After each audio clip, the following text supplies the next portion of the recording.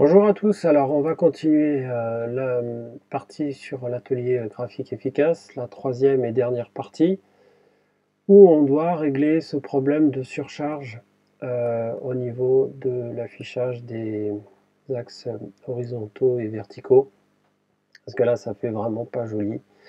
Donc il faut qu'on puisse paramétrer ça de façon efficace. Alors, la première idée qui peut venir en tête, c'est de se dire, bah, il suffirait, pour qu'on n'ait pas tous ces zéros, d'intervenir sur le format du nombre pour que du coup, bah, ça intervienne, ça se répercute sur le graphique. Eh bien non, je vous donne la solution de suite. C'est pas parce qu'on va modifier le format que là, au niveau du nombre, ça va se modifier, parce que il y a deux choses en fait qu'il faut voir, c'est le nombre et ce qui va être affiché. Enfin, je vais vous en parler dans une petite minute. Par contre, on peut faire un petit exercice sur les formats, ça fait jamais de mal. Comment faire pour n'afficher que 86M? Alors évidemment, vous vous en doutez, parce qu'on l'a déjà fait, on l'a déjà travaillé un petit peu, c'est dans les formats personnalisés. Je suis allé trop vite là-dessus, il faudrait que j'aille.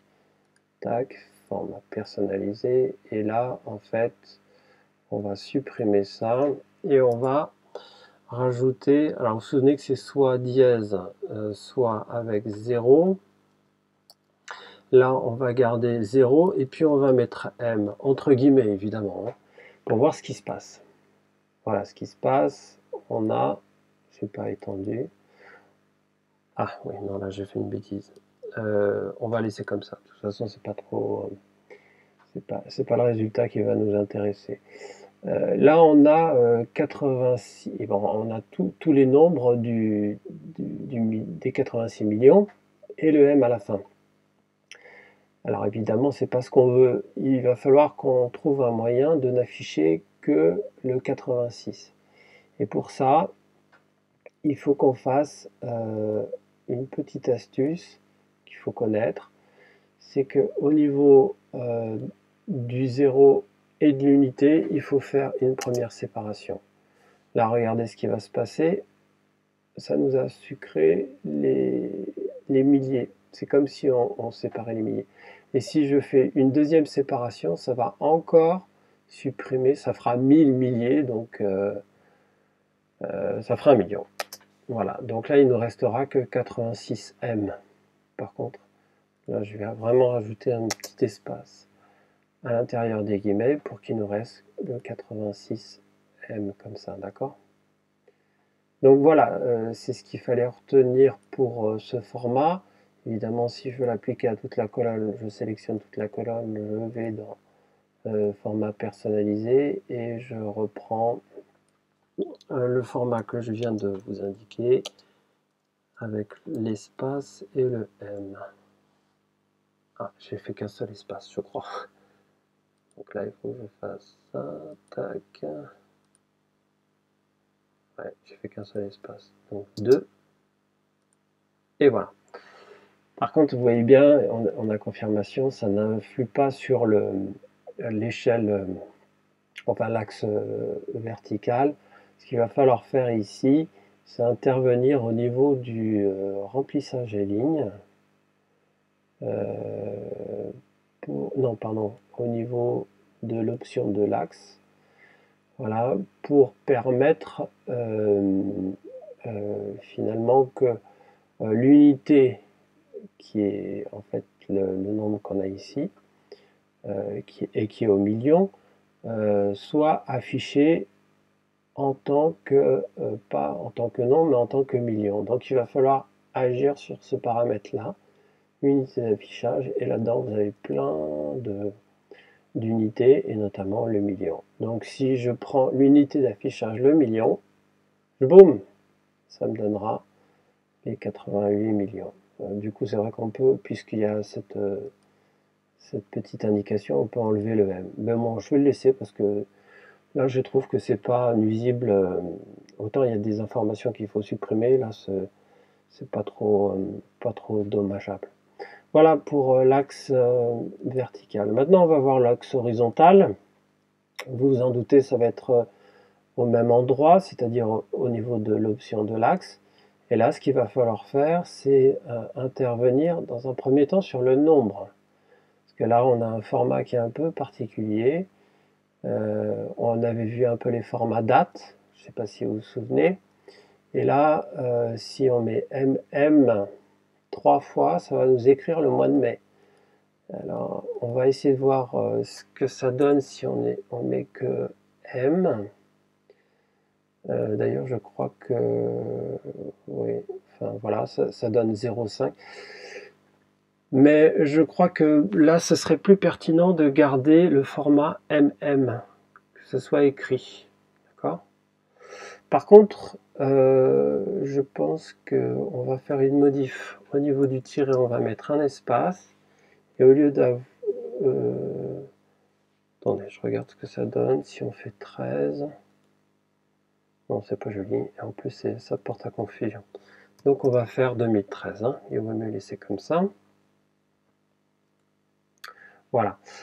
Et ce qu'on doit régler, là par contre, c'est un nouveau problème par rapport à l'axe précédent, c'est cette redite là. Enfin, même ce triplé enfin, mai 2013.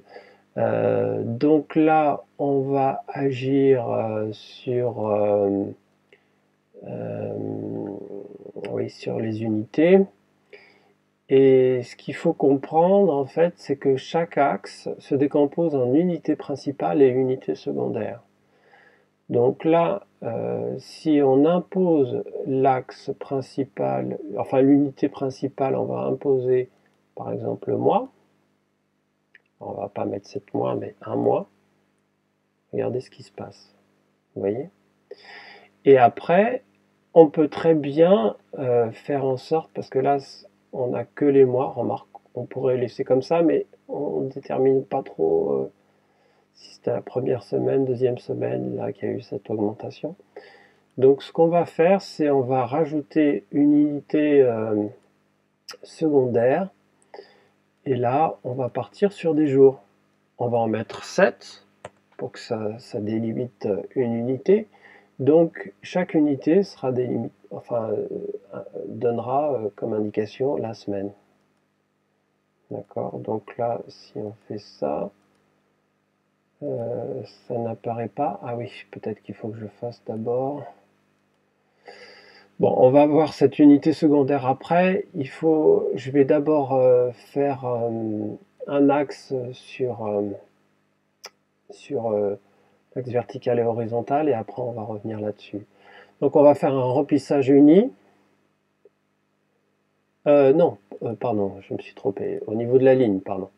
On va faire un trait plein, pardon. Et là, on va faire un point.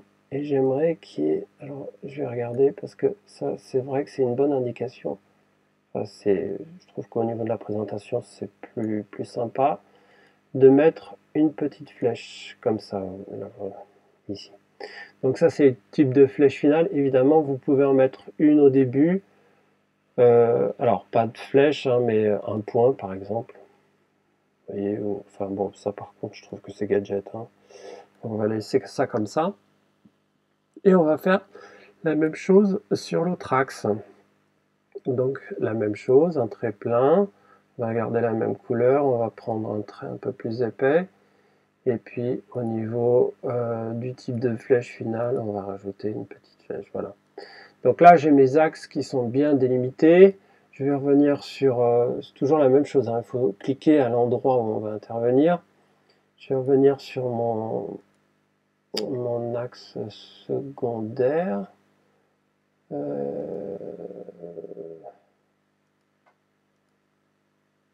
7 jours. Waouh. Voilà. Ah oui, je sais pourquoi ça n'apparaît pas. J'ai fait une bêtise. C'est tout simplement parce que j'ai oublié de mettre les graduations. Alors, si les graduations apparaissent là, c'est pour les mois, c'est principal et ça apparaît à l'extérieur. Et si je mets une graduation à l'intérieur, regardez ce qui se passe. Normalement, on va voir les semaines. Voilà, elles apparaissent ici. D'accord? 1, 2, 3, 4. Ensuite, 1, 2, 3, 4, etc. Donc, avec ça, les personnes pourront mieux situer où il y a eu une augmentation, etc.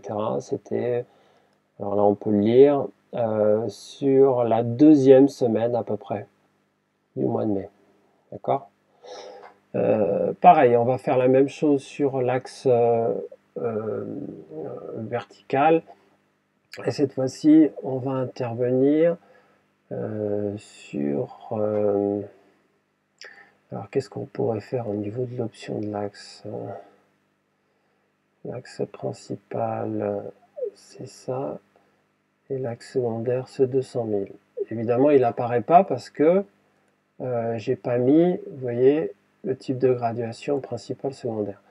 Donc là, on va faire principal à l'extérieur et secondaire à l'intérieur. Vous voyez? Alors là, comme c'est mesuré tous les 200 000 euros, moi j'aimerais qu'il n'y ait qu'une mesure entre les axes principaux. Donc on va mettre 500 000. Et là, vous voyez que ce point-là, il est à 84,5. Hein.